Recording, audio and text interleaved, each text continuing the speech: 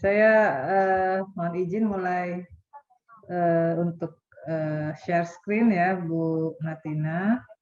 Silakan, Dokter. Ya, Bismillahirrahmanirrahim. Assalamualaikum warahmatullahi wabarakatuh. Selamat siang dan salam sejahtera untuk kita semua. Pertama-tama terima kasih kepada panitia sudah mengundang kami ya untuk berbicara tentang masalah filantropi ya di dalam tatanan kesehatan, sektor kesehatan di Indonesia ya. Tadi saya mencermati beberapa pembicara sebelum saya ya, dari rumah sakit, dari Bappenas, juga dari akademisi ya. Saya jadi melihat pandemi COVID ini seperti menstimulus ya, menstimulus filantropi, dan filantropinya ini bisa di sektor kesehatan maupun tidak, maupun di non kesehatan ya, di dalam era pandemik ya.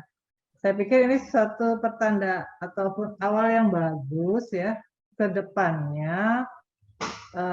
Ya kita semua berdoa pandemik ini akan berakhir. Artinya mekanisme filantropi ini mungkin bisa kita teruskan ya. Nah, kalau bicara mengenai potensi filantropi di sistem kesehatan, ya kita sudah punya SKN ya di Indonesia ini berdasarkan Perpres 72 tahun 2012, di mana ada subsistem. Semuanya ini tentunya harus bergerak bersinergi untuk melakukan pembangunan kesehatan dan mencapai tujuan pembangunan kesehatan ya, yaitu menciptakan derajat kesehatan manusia Indonesia yang optimal ya. Dan dari 7 subsistem ini memang ada salah satu subsistem tentang pembiayaan kesehatan ya, di mana pembiayaan kesehatan ini di dalam SKN dinyatakan sebagai pengelolaan dari berbagai upaya penggalian, pengalokasian, dan pembelanjaan dana kesehatan ya, untuk menyelenggarakan pembangunan kesehatan dan mencapai derajat kesehatan setinggi-tingginya. Jadi intinya sekali lagi kalau kita bicara pembiayaan kesehatan, memang ada 3 kata kunci. Yang pertama sumber pembiayaan ini harus memadai ya, cukup dan sustain. Kedua, alokasi. Alokasi ini harus adil atau fair ya. Karena kita punya kegiatan UKP, UKM ya. Dan terakhir harus di-utilize dengan efektif dan efisien ya. Dan kita lihat SKN ini ya harus kita gerakan untuk menuju arah pembangunan kita yang kita semua sudah sepakati kita tuangkan dalam RPJMN ya, rancangan atau planning 5 tahunan ya. Dan untuk yang saat ini 2020-2024 kita sudah punya arah strateginya, terutama yaitu PR-PR kita ya di bidang kesehatan yang harus kita selesaikan. Kita punya masalah di kesehatan ibu anak, kita punya masalah di gizi, stunting ya, juga dengan pengendalian penyakit, baik menular maupun tidak menular ya. Juga bagaimana dengan upaya promotion kita, hulunya kita ya, di kesehatan, tentang cara hidup sehat ya, yang sebenarnya ini juga perlu digalakkan terus ya. Kita jangan hanya punya slogan saja germas, tapi dilakukan tidak oleh semua masyarakat kita ya. Kalau kita memang mau menuju ke goal kita masyarakat yang sehat ya. Lalu tentang penguatan sistem kesehatan ya. Jadi area-area ini sebetulnya ya bisa dilakukan didampingi oleh filantropi gitu ya. Mungkin kita bisa lihat lagi ke slide berikutnya. Nah, ini adalah fakta ya tentang belanja kesehatan di Indonesia. Dan memang betul tadi Dr. Jody, tidak semuanya dibiayai oleh publik ya, oleh pemerintah. Kita lihat yang warna abu-abu, kuning, hijau ya, itu adalah belanjanya publik ya, yang terdiri dari belanja pemerintah dan belanja jaminan sosial melalui BPJS ya, di mana kita lihat warna hijau ini makin lama makin besar karena memang JKN kita tumbuh ya, baik dari sisi kepesertaan, baik juga pooling iurannya ya, dan ini mengakibatkan belanjanya juga besar ya. Sebaliknya yang non publik di sini ada sisi perusahaan, ada NGO yang warna kuning, yang ungu dari korporasi, dan merah dari rumah tangga ya. Dan kita lihat juga makin lama rumah tangga ini makin mengecil ya persentasenya. Artinya ini seimbang ya antara tumbuhnya sistem jaminan sosial dalam kesehatan dan menurunnya belanja out of pocket. Dan kalau kita lihat proporsinya untuk visi publik ini 52,1% ya, atau 255,5 triliun. Yang non publik juga tidak kecil, ini 47,9% ya, 234,8 triliun. Jadi filantropi mungkin bergerak adanya di area non publik tersebut ya. Nah, berbicara tentang kondisi anggaran kesehatan pemerintah untuk kesehatan, itu diatur sebetulnya kan, 5% dari total APBN di pusat, 10% dari total APBD dari pusat. Dan kenyataannya belanja kita yang dari pemerintah maupun dari non-publik, itu proporsi terhadap PDB-nya hanya 3,1% ya. Jadi sebetulnya masuk, nanti kita lihat di slide berikutnya, memang masih rendah gitu ya. Kalau kita lihat status kesehatan atau derajat kesehatan kita, kan kita masih punya masalah. Angka kematian ibu tinggi, angka kematian bayi tinggi, ya, angka stunting tinggi, penyakit menular dan penyakit tidak menular juga masih prevalensinya tinggi ya. Artinya it's not enough gitu pembiayaan publik. Jadi memang kita punya peluang tadi ya. Dan itu terbukti di saat pandemik ada mobilisasi pembiayaan non publik ya, yang istilahnya juga mereka ada apa namanya, ada ruang ya, dan ada kemampuan yang disebut pembiayai. Jadi ke depan memang kita harus menumbuhkan ya inovasi pembiayaan yang non publik, salah satunya filantropi. Nah, kita lihat komparasi belanja kesehatan kita di antara negara ASEAN, kita ini 3 terbawah ya. Kalah oleh Filipina ya, yang sudah 4,59%, atau ya Thailand lah, Thailand 3,79%, dan kalau Malaysia mungkin juga ya kalah juga dengan Malaysia gitu ya. Nah, begitu juga untuk belanja kesehatan per kapitanya. Kalau tadi yang total ya, yang per kapita nih yang bawah itu ya Indonesia ya, dalam US dollar ternyata beda sekali ya dengan negara Filipina atau Thailand, atau apalagi Cina ya, Cina yang merah itu next. Kita temannya ya negara-negara mana ini, Filipina betul ya teman kita, tapi kita masih paling bawah juga ya, dengan Vietnam juga. Jadi mungkin ada hubungan gitu lah antara pembiayaan kesehatan dengan status kesehatan gitu ya. Meskipun kita juga tidak mau belanja kesehatan kita tinggi, tapi status kesehatan kita jelek ya. Ada inefisiensi di situ, seperti di apa ya, di Amerika mungkin ya.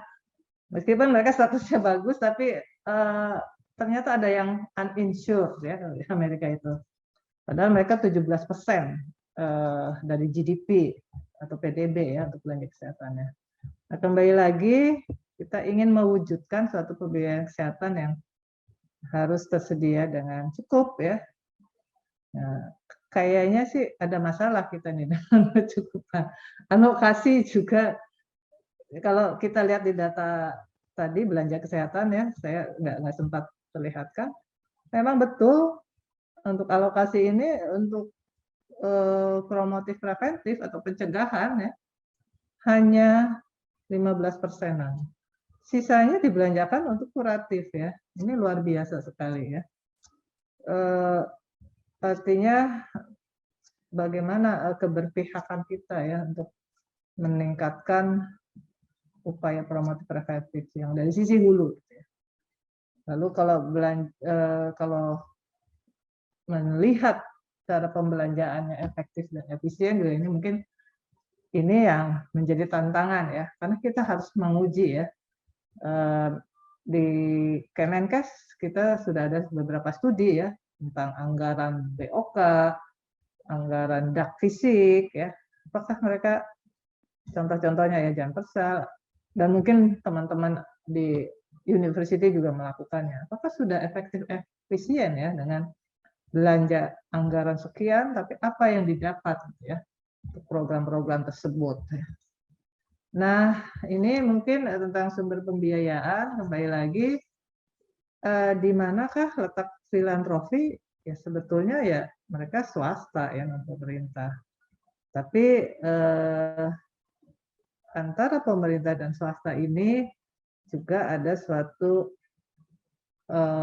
bentuk ya kemitraan antara pemerintah dengan swasta ya, yang mungkin kita kenal dengan PPP ya, dan juga sebetulnya sudah berjalan ya di Indonesia, namun mungkin belum optimal dan perlu ada regulasi ya. Untuk itu memang di kami sedang dibuatkan peraturan Menteri Kesehatannya. Jadi berbagai bentuk pembiayaan non publik atau swasta ini bisa pembiayaan swasta murni ya, bisa berbentuk PPP sendiri ya, baik untuk infrastruktur dan non infrastruktur, bisa filantropi, bisa CSR, bisa blended finance ya. Mungkin ini agak-agak belum jarang yang blended finance di kita ya. Tapi apa salahnya kalau kita kembangkan ke depan gitu ya. Nah, ini peruntukan pembiayaan kita ya. Mungkin di era COVID ini berbagai hal dilakukan ya. Jadi ini mungkin bisnis as usual-nya ya di era normal. Tapi di era new normal ini tadi kalau mendengar para narasumber ya, ada berbagai hal yang sekarang menjadi kebutuhan untuk membelanjakannya. Di swasta mungkin mereka sekarang menambah biaya untuk pencegahan ya, adanya barangkali sanitizer, ada disinfektan, mengukur suhu ya. Di rumah tangga pun sama, mereka sekarang menjadi kebutuhan ya, belanja masker, belanja sanitizer, atau yang lainnya face shield mungkin ya, lain-lain, atau ada yang cek berkala untuk PCR antigen, itu sesuatu yang apa ya, menjadi fenomena saat pandemik seperti ini ya, dan lain-lain ya.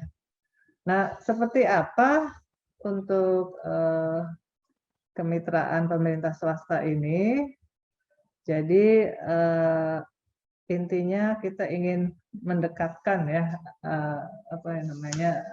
kemitraan ini, ingin menguatkan agar ke depan menjadi suatu opsi atau peluang ya untuk bisa dilakukan ya.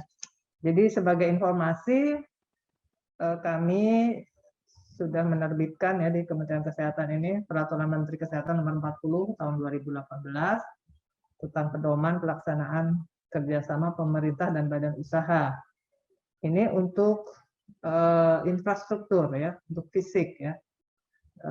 Jadi memang betul sudah ada regulasi tentang KPBU ini, tapi sifatnya general untuk semua sektor. Dan untuk Permenkes ini khusus untuk menyelenggarakan KPBU di sektor kesehatan ya.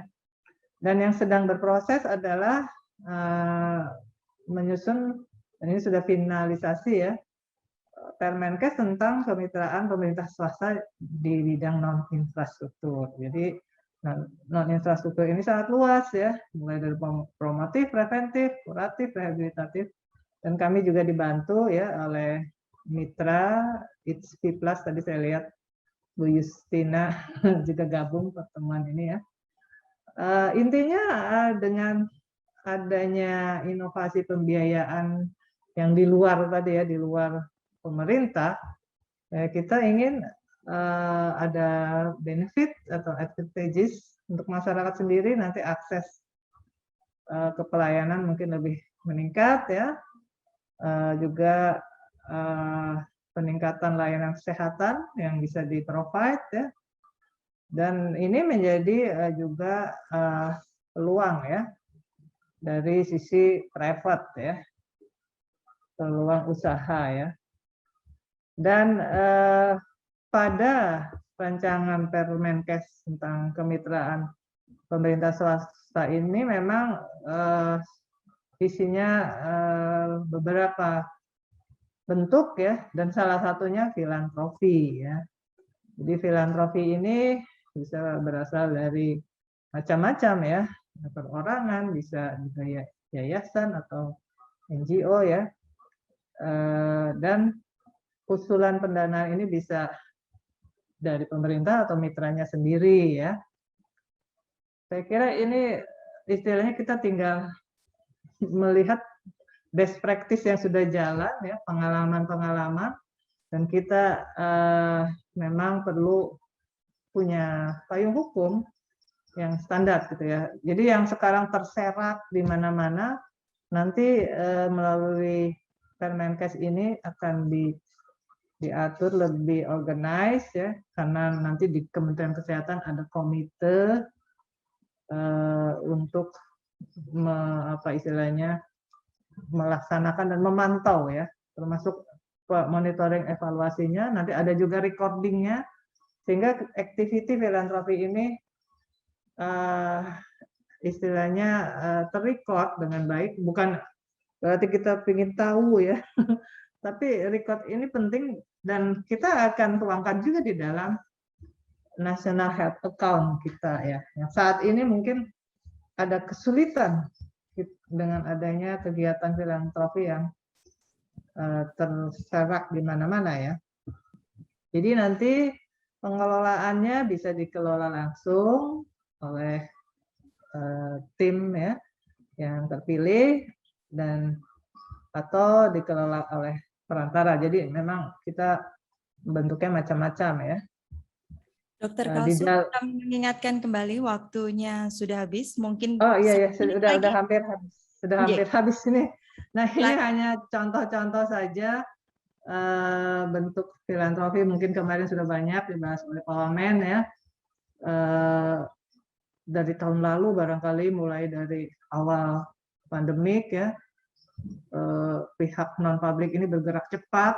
Mereka bisa mensupport untuk APD ya, ada ventilator, alat ya.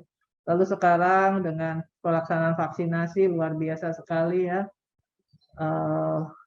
dan terakhir dengan adanya lonjakan kasus juga membantu proses pelayanan, mensupport oksigen ya, mungkin obat dan lain-lain ya. Jadi sebetulnya di saat pandemik ini ya memang ada juga usaha-usaha yang sukses ya, terutama bisnis kesehatan ya. Dan apa salahnya mereka yang sukses itu berbagi ya, mensupport pelaksanaan penanggulangan pandemik di Indonesia. Jadi kesimpulannya, pembiayaan kesehatan kita ini memang salah satu subsistem dari SKN ya. Dan nanti kalau memang filantropi mau berkecimpung dalam SKN kita dalam pembangunan kesehatan, ya bisa macam-macam area, karena kami sedang menyiapkan Permenkes KPS non infrastruktur ya. Bisa di bidang SDM, bisa di bidang pelayanan, penelitian, farmasi dan lain-lain ya. Jadi sangat terbuka lah ya. Dan memang di Indonesia sendiri, karena kita melihat pendanaan publik kita 52,1% dan sisanya oleh non-publik, dan terbuka ruang ya dari pembiayaan non-publik ini untuk berkiprah, dan kita memang perlu untuk melakukan mobilisasinya. Barangkali itu yang bisa saya sampaikan. Terima kasih. Saya kembalikan pada Ibu Moderator. Assalamualaikum warahmatullahi wabarakatuh.